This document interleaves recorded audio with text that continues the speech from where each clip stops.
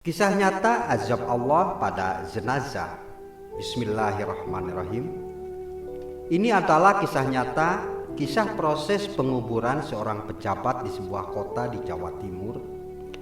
Nama dan alamat sengaja tidak disebutkan untuk menjaga nama baik jenazah dan keluarga yang ditinggalkan.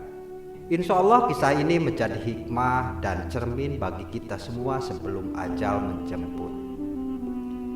Kisah ini ceritakan langsung oleh seorang modin atau pengurus jenazah kepada saya dengan gaya bertutur selengkapnya. Ceritanya seperti ini. Saya terlibat dalam pengurusan jenazah lebih dari 16 tahun. Berbagai pengalaman telah saya lalui sebab dalam jangka atau kurun waktu tersebut macam-macam jenis mayat sudah saya tangani. Ada yang meninggal dunia akibat kecelakaan, sakit tua, sakit jantung, bunuh diri, dan sebagainya. Bagaimanapun, pengalaman mengurus satu jenazah seorang pejabat yang kaya serta berpengaruh ini menyebabkan saya dapat kesempatan istimewa sepanjang hidup. Inilah pertama saya bertemu cukup aneh, menyedihkan, menakutkan, dan sekaligus memberikan banyak hikmah. Sebagai modin tetap di desa, saya diminta oleh anak almarhum mengurus jenazah bapaknya. Saya terus pergi ke rumahnya. Ketika saya tiba sampai di rumah almarhum, tercium bau jenazah itu sangat busuk. Baunya cukup memualkan perut dan menjijikkan. Saya telah mengurus banyak jenazah, tetapi tidak pernah saya bertemu dengan mayat yang sebusuk ini. Ketika saya lihat wajah almarhum, sekali lagi saya tersentuh. Saya tengok wajahnya seperti dirundung oleh macam-macam perasaan takut, cemas, kesal, dan macam-macam. Wajahnya seperti tidak mendapatkan nur dari Allah Subhanahu wa Ta'ala. Kemudian saya pun ambil kain kafan yang dibeli oleh anak almarhum dan saya potong. Secara kebetulan pula di situ ada dua orang yang pernah mengikuti kursus fardu kifayah atau pengurus jenazah yang pernah saya ajak. Saya ajak mereka membantu saya dan mereka pun setuju. Tetapi selama memandikan mayat itu, kejadian pertama pun terjadi. Sekedar untuk pengetahuan, apabila memandikan jenazah, badan mayat itu perlu dibangunkan sedikit dan perutnya hendaklah diurut-urut untuk mengeluarkan kotoran yang tersisa. Maka saya pun urut-urut perut almarhum. Tapi apa yang terjadi? Pada hari itu sangat mengejutkan. Allah Subhanahu wa Ta'ala berkehendak dan menunjukkan kekuasaannya karena pada hari tersebut kotoran tidak keluar dari dubur, akan tetapi melalui mulutnya. Hati saya berdebar-debar. Apa yang sedang terjadi di depan saya ini? Telah 2 kali mulut mayat itu memuntahkan kotoran. Saya harap hal ini tidak terulang lagi karena saya mengurut perutnya untuk kali terakhir. Tiba-tiba ketentuan Allah Subhanahu wa Ta'ala berlaku. Ketika saya urut perutnya, keluarlah dari mulut mayat itu kotoran bersama beberapa ekor ulat yang masih hidup. Ulat itu adalah seperti ulat kotoran, belatung. Padahal almarhum meninggal dunia akibat serangan jantung. Dan waktu kematiannya dalam tempo yang begitu singkat, mayat sudah menjadi demikian rupa. Saya lihat wajah anak almarhum. Mereka seperti terkejut, mungkin malu, terperanjat, dan aib dengan apa yang berlaku pada bapaknya. Kemudian saya tengok 2 orang pembantu tadi, mereka juga terkejut dan panik. Saya katakan kepada mereka, inilah ujian Allah terhadap kita. Kemudian saya minta salah seorang daripada pembantu tadi pergi memanggil semua anak almarhum. Almarhum pada dasarnya seorang yang beruntung karena mempunyai 7 orang anak, kesemuanya laki-laki, seorang berada di luar negeri dan 6 lagi berada di rumah. Ketika semua anak almarhum masuk, saya nasihati mereka, saya mengingatkan mereka bahwasanya tanggung jawab saya adalah membantu menguruskan jenazah bapak mereka, bukan menguruskan semuanya. Tanggung jawab ada pada ahli warisnya. Sepatutnya sebagai anak mereka yang lebih afdol menguruskan jenazah bapak mereka itu, bukan hanya imam, hanya Bilal atau guru. Saya kemudian meminta izin serta bantuan mereka untuk menunggingkan mayat itu. Takdir Allah, ketika ditunggingkan mayat tersebut, tiba-tiba keluarlah ulat-ulat yang masih hidup, hampir sebaskom banyaknya. Baskom itu kira-kira besar sedikit dari penutup saji meja makan. Subhanallah, suasana menjadi semakin panik. Benar-benar kejadian yang luar biasa, sulit diterima akal pikiran manusia biasa. Saya terus berdoa dan berharap tidak terjadi lagi kejadian yang ganjil. Selepas itu saya memandikan kembali mayat tersebut dan saya ambilkan wudhu. Saya meminta anak-anaknya kain kafan. Saya bawa mayat ke dalam kamarnya dan tidak diizinkan seorang pun melihat upacara itu kecuali ahli waris yang terdekat. Sebab saya takut kejadian yang lebih aib akan terjadi. Peristiwa apa pula yang terjadi setelah jenazah diangkat ke kamar dan hendak dikafani? Takdir Allah jua yang menentukan.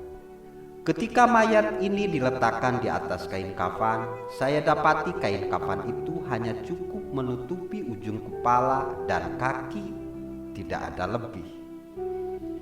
Maka saya tak dapat mengikat kepala dan kaki. Tidak keterlaluan kalau saya katakan ini seperti kain kafan itu tidak mau menerima mayat tadi. Tidak apalah, mungkin saya yang hilap dikala memotongnya.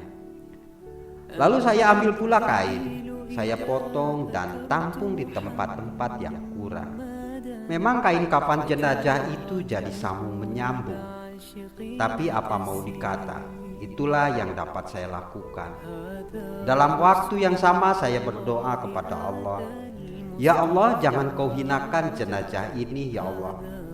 Cukuplah sekedar peringatan kepada hamba-Mu ini. Selepas itu saya beri taklimat tentang sholat jenazah tadi. Satu lagi masalah timbul. Jenazah tidak dapat dihantar ke tanah kuburan karena tidak ada mobil jenazah atau mobil ambulan. Saya hubungi kelurahan, pusat Islam, masjid dan sebagainya, tapi susah. Semua sedang terpakai.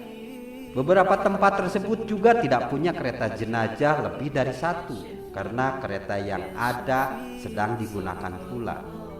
Satu hal yang saya pikir bukan sekedar kebetulan, dalam keadaan itu seorang hamba Allah muncul menawarkan bantuan. Lelaki itu meminta saya menunggu sebentar untuk mengeluarkan van atau sejenis mobil pick up dari garasi rumahnya. Kemudian muncullah sebuah van. Tapi ketika dia sedang mencari tempat untuk meletakkan van-nya di rumah almarhum, tiba-tiba istrinya keluar. Dengan suara yang tegas dia berkata di khalayak ramai, "Mas, saya tidak perbolehkan mobil kita digunakan untuk angkat jenazah itu. Sebab semasa hayatnya dia tidak pernah mengizinkan kita naik mobilnya." Renungkanlah, kalau tidak ada apa-apanya, tidak mungkin seorang wanita yang lembut hatinya akan berkata demikian. Jadi saya suruh tuan yang punya van itu membawa van-nya kembali. Selepas itu muncul pula seorang lelaki menawarkan bantuannya. Lelaki itu mengaku dia anak murid saya. Dia meminta izin saya dalam 10-15 menit untuk membersihkan mobilnya itu. Dalam jangka waktu yang ditetapkan itu muncul mobil tersebut, tapi dalam keadaan basah kuyup. Mobil yang dimaksudkan itu sebenarnya lori. Dan lori itu digunakan oleh lelaki tadi untuk menjual ayam ke pasar. Dalam perjalanan menuju kawasan pekuburan, saya berpesan kepada dua pembantu tadi supaya masyarakat tidak usah membantu kami menguburkan jenazah. Saya tidak mau mereka melihat lagi peristiwa ganjil. Rupanya apa yang saya takutkan itu berlaku sekali lagi. Takdir Allah yang berakhir amat memilukan. Sesampainya jenazah tiba di tanah pekuburan, saya perintahkan 3 orang anaknya turun ke dalam liang dan 3 lagi menurunkan jenazah. Allah berkehendak semua atas makhluk ciptaannya berlaku.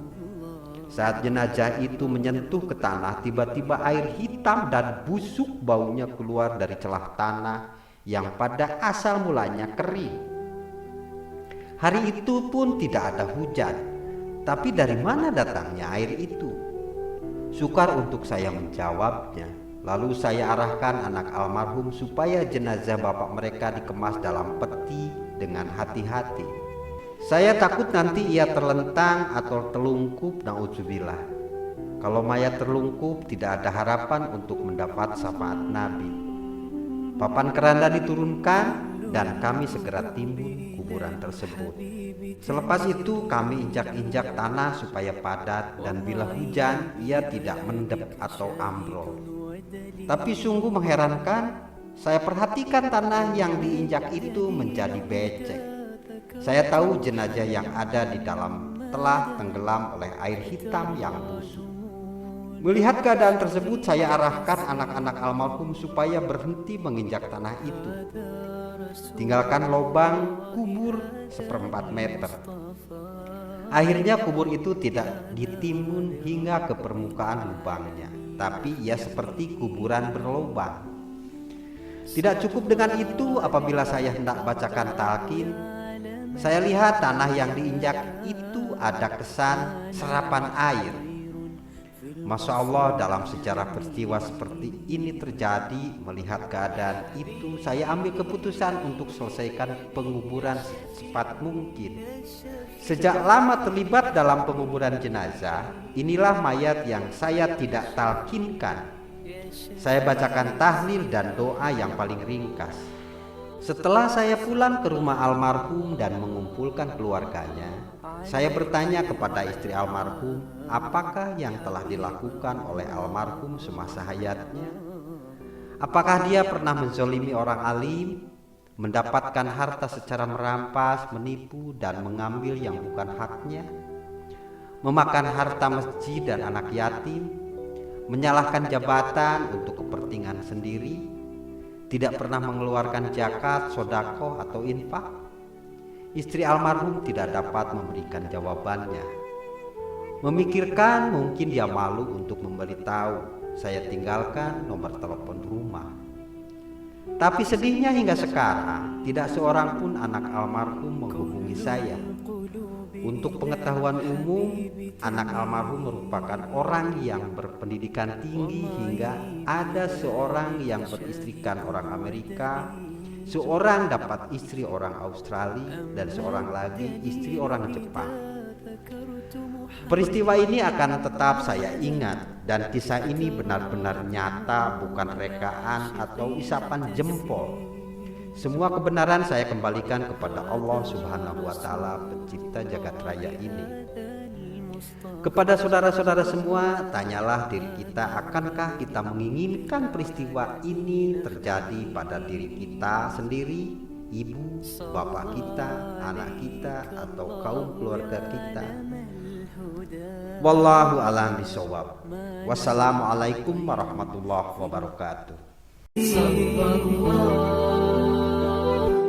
صلى الله عليك يا حبيب الله.